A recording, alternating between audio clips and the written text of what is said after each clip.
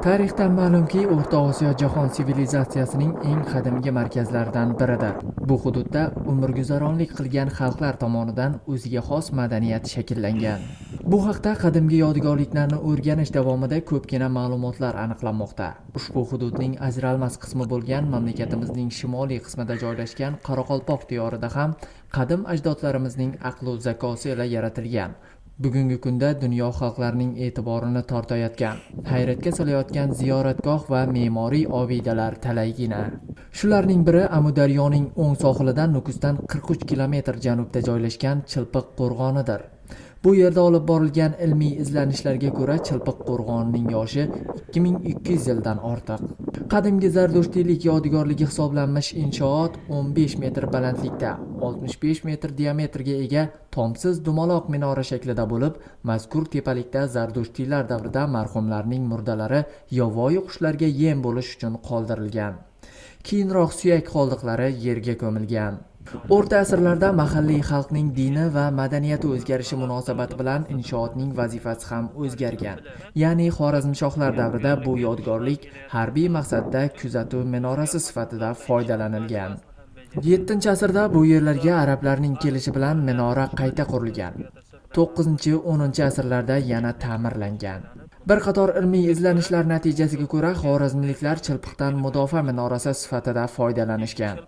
Chilpiq qo'rg'oni Qoraqalpog'istonning yorqin me'moriy yodgorliklaridan hisoblanib, respublika gerbida ham uning tasviri aks etgan. Qo'rg'onga tog'ning tabiiy yo'li bilan boriladi. Inshoot katta magistral yo'lga yaqin joylashganligi sababli trassadan o'tayotgan yo'lovchilarni va sayohatchilarni o'ziga jalb qiladi. Odatda bu yerga turistlar gid bilan kelishadi. Inshootga oid ma'lumotlarni juda qiziqib tinglashadi. Inshootning turli joylarida turib rasmlarga tushishadi. Chilpiq qo'rg'oni biosfera rezervati hududida joylashgan bo'lib, turistlar tashrif buyuradigan asosiy obyektlardan biri sifatida Qoraqalpog'istonning poytaxti Nukus shahriga va Mo'ynoqqa turistlarni olib boradigan barcha turistik kompaniyalar marshutlariga kiritilgan. Inshootning tepasida turib atrof muhitni kuzatish kishiga ulkan zavq bag'ishlaydi va qadim tariximiz, ajdodlarimizning hayoti haqida o'ylashga chorlaydi. Ular bunyod etgan inshoot necha asrlar o'tsa hamki hamon insonlar e'tiborini o'ziga jalb etib kelmoqda. Dunyo xalqlarini hayratga solmoqda.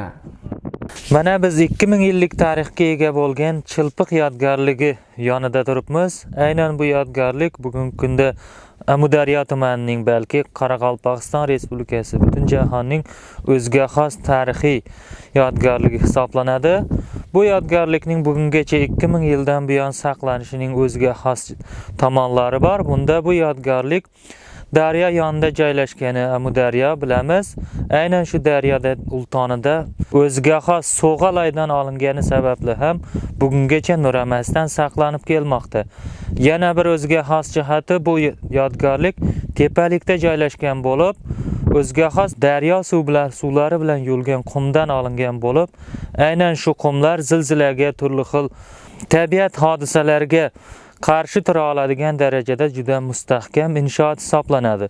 Bu tepalikning Chilpiq tepaligining balandligi 35-40 metr bo'lib, baland qismi tekis joylashgan bo'lib, diametri 130-150 metrni tashkil qiladi. Bu yodgorlikning Chilpiq deb atalishi haqida o'ziga xos afsonalar bor. Mahalliy aholi tilida bu Chilpiq yodgorligining atalishi haqida uni aynan Chilpiq ismli bahodir arxitekturasini yaratgani uchun ham Chilpiq deb atalgani, balki 19-asrda yurtimizda bo'lgan sayyoh, rassom, harbiylar tomonidan aytilishicha, aynan bu yodgorlikning Chilpiq deb atalishi esa qadimgi devlar bilan ham bog'liqligi haqida ma'lumotlar uchraydi. Bu yodgorlik qanday vazifalarni bajargan? Bilamiz, yurtimiz aholisi milodiy asrlarda qadimiy Zardushtiylik diniga e'tiqod qilgan.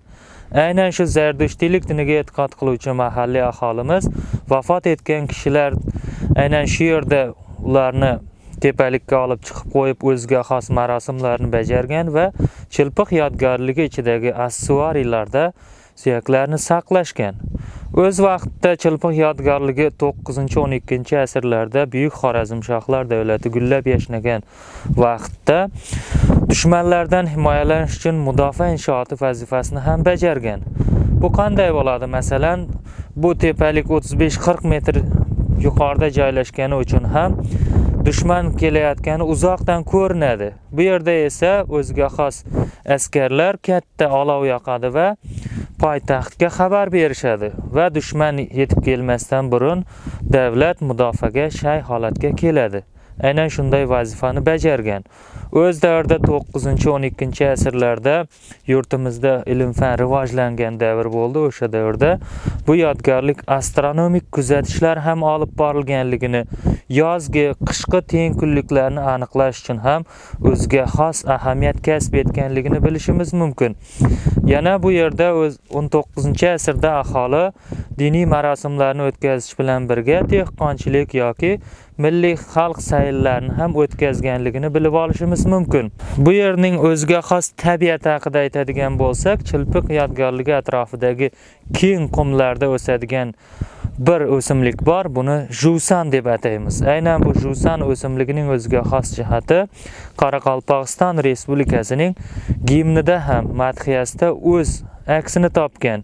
Dehqon bobo napesi bor yerinde, juvsan anqib kiyik qashar sho'linde, Qoraqalpog'iston degan atingda avlodlar aduvlar jurak to'rinde deb madhiyada ham aynan shu tabiatga xos bo'lgan o'simlik aynan Qoraqalpog'iston qumlarida, Chilpiq tevaragida qumlarda o'sishini bilib olishimiz mumkin.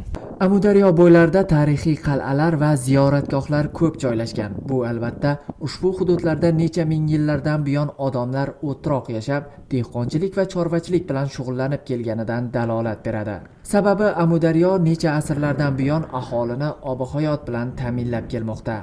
Tumanimizdan, nafaqat tumanimizdan, balki qo'shni viloyat va respublikalardan ham ko'pgina ziyoratchilar tashrif buyuradigan Shayx Jalil bobo ziyoratgohi ham Amudaryoning o'ng sohilida joylashgan. Ushbu ziyoratgoh doimo ziyoratchilar bilan gavjum bo'ladi. Buning asosiy sababi qadimiy Qoratog'ning shundoqqina biqinida Shayx Jalil boboning maqbarasi joylashgan.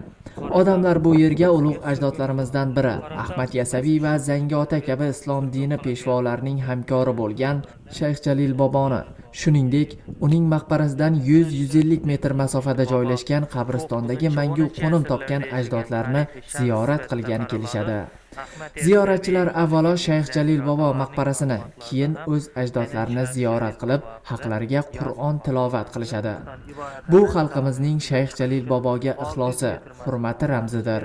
Shayx Jalil bobo 11-12 asrlarda yashagan tarixiy shaxsdir. Uning kelib chiqishi haqida xalqimiz orasida shunday rivoyat bor. Shayx Jalilning otasi dindor savodli bo'lgan. Uni o'z yurtining hukmdori negadir xush ko'rmagan. Shu sababli hukmdor uni hech kim yashamaydigan Qoratog' etaklariga surgun qiladi. Bu yer parilar makoni ekan. Jalilning otasi go'zal parilardan birini sevib qoladi. Ular oila qurishadi va Jalil dunyoga keladi. Oradan kunlar o'tib, pari oilasini butunlay tark etadi. Jalilni esa otasi tarbiyalab voyaga yetkazadi. U juda iqtidorli bo'lib voyaga yetadi. Xalq orasida Shayx Jalil nomi bilan mashhur bo'ladi. Vafotidan so'ng Qoratog' etagiga dafn etilgan. 19-asrda uning qabri ustiga maqbara qurilgan. 2004-yilda esa maqbara qayta tiklandi. Maqbaradan sal narida Qoratog'ning bag'rida buloq bor. Buloq suvi juda zilol, yozda ham muzday bo'lib turadi.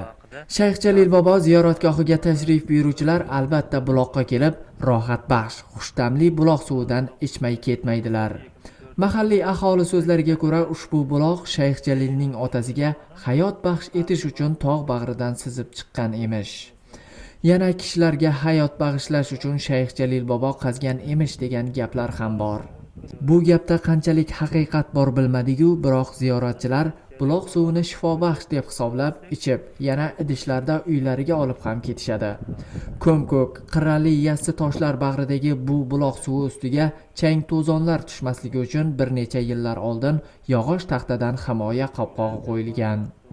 Shunisi e'tiborliki, diametri 1-1,5 metrjagina keladigan buloqning shaffof suvi odamlar ichgani, tashib ketgani bilan hech kamaymaydi. Bunda ham o'ziga xos hikmat bo'lsa ajab emas. Tumanimizning hali ko'pgina ilmiy izlanishlarga asos bo'lgulik Chilpiqday tarixiy me'moriy obidasi va Shayx Jalil bobo ziyoratgohiday tabarruk maskani ichki turistlarni ham, xorijiy turistlarni ham hayratga solaveradi. Mana qadimiy ziyoratgohlarimizdan biri Shayx Jalil Bobo ziyoratgohi qarshisida turibmiz. Aynan Shayx Jalil Boboning paydo bo'lish tarixi, hayoti haqida qisqacha ma'lumot berib o'tamiz. Bunda Shayx Jalil Bobo aynan 9-10 asrlarda yashagan tarixiy shaxs bo'lib, uning dunyoga kelishi haqida o'ziga xos rivoyat mavjud. Unga ko'ra, aynan Shayx Jalil Boboning otasi ham o'qimishli, bilimli shayx bo'lib, u o'z davrida yuritgan g'oyalar tufayli mamlakat podshosi tomonidan davlatdan surgun qilinadi va Qoratog' tizmalariga olib kelinadi. Aynan Qoratog' tizmalaridagi bu joy aslida kimsasiz makonlar bo'lib, qadimgi davrlarda aynan shu yerda Shayx Jalil Bobo otasi qo'nim topadi, surgun qilinadi. Aslida bu yerlar parilar makoni bo'lib, aynan o'sha shayx bu yerda eng go'zal pariga oshiq bo'ladi va u bilan turmush qurishib, ulardan aynan Shayx Jalil Bobo dunyoga kelgani aytiladi. Unga ko'ra, Shayx Jalil Bobo dunyoga kelganda otasi unga Jalil deb ism qo'yadi va uni o'qimishli, ilmli kishi qilib tarbiyalaydi va keyinchalik xalq orasida Shayx Jalil nomi bilan shuhrat qozonadi. Bilamiz, shayx nomi aslida o'qimishli, bilimli kishi ma'nosini bildirib, Shayx Jalil Bobo ham xalq orasida o'z bilimi, o'qimishliligi bilan shuhrat qozonadi va keyinchalik u vafot etgandan keyin aynan shu tog'lar yonbag'riga dafn qilinadi va bu muqaddas ziyoratgohga aylanadi. Aslida bu tog' tizmalari qadimgi davrlardan ziyoratgoh, manzilgoh sifatida qaralib, unga e'tibor 19-asrdan boshlab kuchayadi. 19-asrda bu yer o'ziga xos ziyoratgohga aylantirilib, bugungi kungacha bu yerga keladigan kishilarning keti uzilmaydi. Faqatgina O'zbekiston yurtimiz hududidan emas, balki qo'shni Qozog'iston, Qirg'iziston, balki Rossiya Federatsiyasidan ham aynan Shayx Jalil Bobo ziyoratgohini ko'ruvchilar kelib turadi. Shayx Jalil Bobo ziyoratgohi bugungi kunda 2004-yilga kelib qayta ta'mirlangan va zamonaviy ko'rinishga keltirilgan.